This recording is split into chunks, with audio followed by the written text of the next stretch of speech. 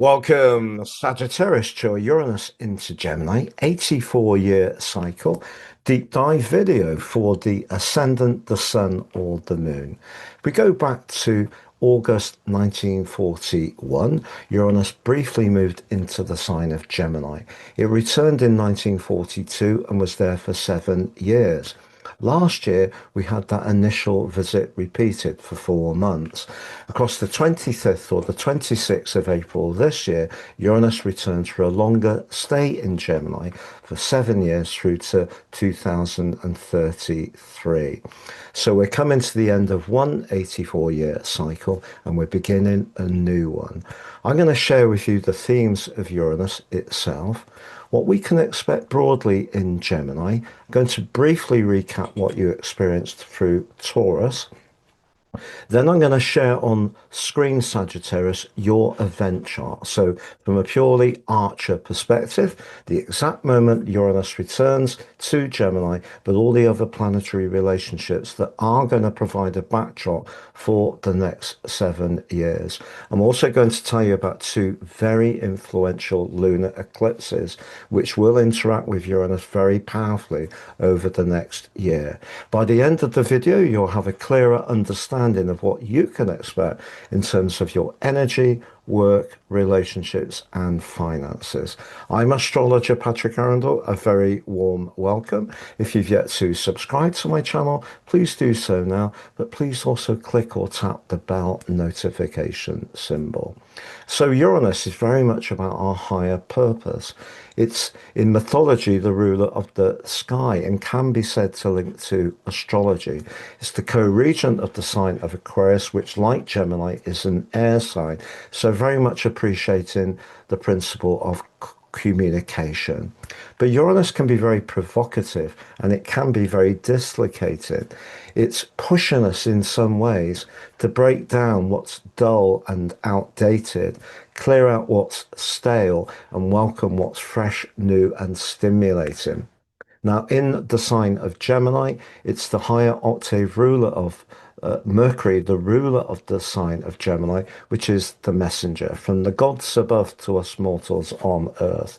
So Gemini is very much about fast communication, can be about the media, technology, certainly about modern ways of communicating online, but it can also be about our immediate local community, our connections on an everyday basis, whether it is with our neighbors, or whether it is with people like siblings too.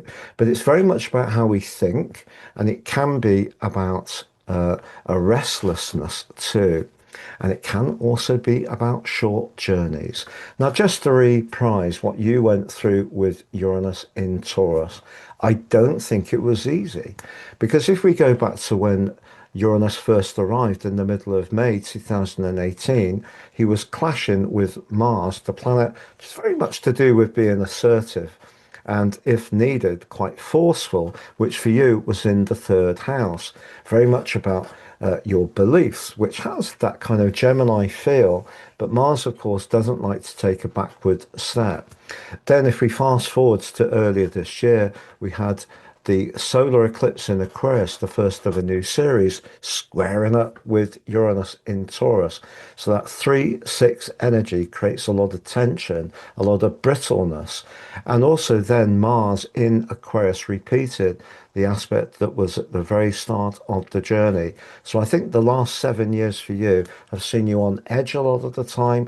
I think it's been difficult to get patterns working in an everyday formulated way. Now, of course, you are a free spirit and you do like stimulation, and you definitely don't like things being dull and boring, but we do all need some kind of framework. And I think that has proved elusive, whether it has been around sleep, whether it has been around work, whether it has been around obligations and responsibilities, which actually you may have found very challenging. Uranus is the planet of freedom, but also Uranus in Taurus is about money. So if you were or did experience some uncertainty or changeability around your finances during that time, not a surprise. So that fast us forwards to now, and on the screen, your personal event chart. And Uranus is on your seventh house cusp. wherever planets are, if they're very close to angles, so obviously this is based on whole sign astrology, so it is a technical ascendant rather than an actual one. But there you can see your ascendant at 0 degrees Sag. So the moon is the most northerly player, so that's obviously going to be crucial, and it is actually in a square with Uranus, but I'll share more about that shortly. So Uranus has arrived in a part of your chart, the seventh house, doesn't get talked very much on YouTube about it, but it's just as important as the ascendant. It's where we connect to people. And it happens to be in conjunction with the planet, which is very much to do with connection, Venus. But Venus in Gemini is very vivacious, but maybe a little bit variable with its affections. So it's possible over the next 7 years that you're going to find yourself with a craving for very bright, bubbly, effervescent, and stimulating companionship. And there's nothing wrong with that at all. And if we go back to when Uranus first moved into Taurus and clashed with Mars, Mars was in that third house. You've got Pluto there now full time since the end of November 2024, and that's forging a stunning alliance to Uranus and Venus. So if you're connecting to people that you find stimulating, interesting, varied because you're a mutable sign like Gemini too, but also there's something about your communication, the third house, very Gemini-like, that has a deeper meaning. So if you get the best of both worlds, you are a natural philosopher. Very often, Sagittarius people have a huge knowledge about all sorts of subjects, and you can find yourself wanting to share what you know with people over the next 7 years. But also, there's a beautiful link between Neptune and Venus. And Neptune's in your fifth house of romance. Could you meet the person who really is that very special person for you? I think it's entirely possible if you're single. But we do know that Saturn, the planet of challenges, is in your fifth house. So a bit like with Pluto, which it's also in touch still with in a sextile, you need to communicate in a way which has a true meaning. The fifth house is about where you can really be yourself when it comes to expressing your charisma. Now, Saturn may be a little bit anti-charisma, but it's certainly not anti-hard work. So when it comes to your personal creativity, if you've got ideas that you want to share with people, your industry can receive very positive responses. That's exciting. Also, Mars, the planet of passion, is in the fifth house. Don't underestimate just how much that you're going to be emanating an allure which some people could find very hard to resist. But the ruler of the sign of Gemini, Mercury, which is very fast moving in the sign of Aries, maybe a bit impatient, is actually in a square with Jupiter. If you are thinking more about long-term finances, the fifth house can be about speculation, Mars can be about risk, Mercury can be about marketing, and the eighth house in Jupiter can most certainly be about trade. But that could give you the confidence, Mercury square with Jupiter, to be very bold in your approach. And you know, it's one of those squares that can bring a return because if we're always sitting on our hands, we're never taking a risk. But those risks have to be calculated. And that's where your appreciation of knowledge comes in as such an asset for you. But there is one aspect I've not told you about yet beyond the moon, which I will circle back to. And that's the fact that Pluto clashes exactly with the sun.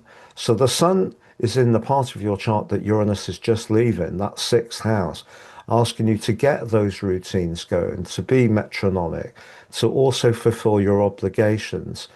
But if that goes against what you really believe in terms of your ideas, that can create a tension. So this chart suggests to me, if you work in any kind of more regular environment, that can be much more difficult for you to survive.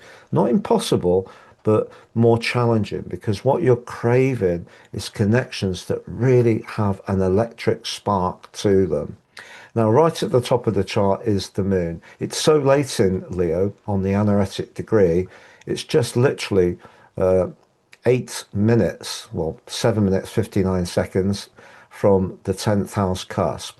So it's in a square with Uranus. So when it comes to your emotions, emotions is something that I think Saturn taught you some big lessons about over the last couple of years in Pisces. It was saying to you, do you know that part of you that is so plucky, if you encounter setbacks, you dust yourself down and you go again. But as I was saying quite a few times through that journey, it is good to sometimes stop, reflect, and release. And it's possible that your emotions will be closer to the surface over the next couple of years in particular. So do prepare yourself for that. And that's why those two lunar eclipses are so important. Now, the first one occurs in August in your fourth house about feelings. Now, you still have the point of destiny there, so you're still being guided through to the end of July to stay very much in touch with that inner voice. The second one, which occurs in February, is in the most visible part of your chart, the 10th house. Now, the first one occurs at 5 degrees with Uranus at 4. Uranus goes into a retrograde in September. It winds back to 1, inverts 4, and by the time we have the Virgo lunar eclipse in February next year, Uranus is going to be in an exact square with that too. So we have two squares, August, late August this year, and the 20th of February next year, which do mean that when it comes to balancing your professional interactions and your emotional interactions with those dazzling connections, you may encounter something that is a snag. So, for example, let's theorize. It may be that you're going to meet someone that you find absolutely brilliant to be with, but it may be that someone around you, such as a parent, an older relative, a friend, doesn't necessarily approve of the connection, and that can have an impact on your emotional world. So that's just a possible scenario.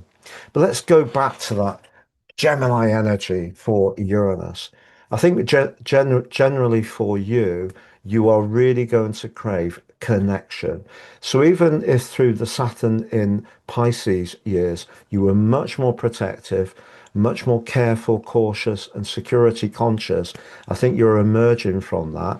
There may still be some everyday routines which you kind of have to do, which could be a little bit of a bind, and it may feel at times like you're conflicting what you truly want to do. But unfortunately, in life, we can't do everything on our own terms. Freedom comes at the expense of some kind of responsibility. So Uranus in the seventh house could, if you're in a very unhappy relationship at the present time, give you a really compelling urge to liberate yourself from it. No doubt about that at all.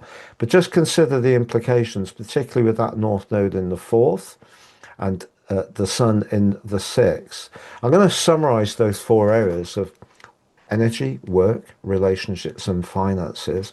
But just to say, if you'd like to work with more technical astrology to understand your life journey, I've reduced the price of my reports so you can order 3 and pay for just 1.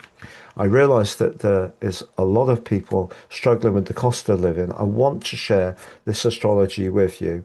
It will give you a greater understanding of your life journey and how you can plan your future moves. Please see below for more. If you've yet to watch your April monthly forecast, Sagittarius, on the screen, yet to watch your Mars in Aries 6-week forecast on the screen, if you'd like to work with me one-to-one, please check out my testimonials. I work with people on every continent in the world. It's an absolute honor. And if you've yet to sign up for your free daily horoscope fired to your device each morning, please see the link below to do that. Get your celestial pit stop early each day. So to summarize, if you're someone who likes to be bold, and that's often the case with Sagittarius, you have a vision, an idea, a creative streak that you want to connect to the world with, the chances are this is going to be one of the most thrilling journeys, really. And I think all the tension and stress of the last 6 years, although it may not be completely perfect, I think it is going to fall away. So if you have felt at times your nervous system has really been overcooking, I think it can heal, it can get easier. When it comes to romance, if there is someone you encounter that really switches on your mind, you fancy them, they're not too predictable, uh, there's something lively and stimulating about them, but at the same time, you feel there is the prospect for a deeper connection. That could be a life-changing relationship, and it is within your grasp. It is possible. If you're in a relationship which you're not enjoying, I think you could leave it. When it comes to your professional situation, that more creative part of your nature is very much to the fore. And we all know that technology, robotics, automation are changing our lives forever. But if anyone can adapt and deal with that, it will be you.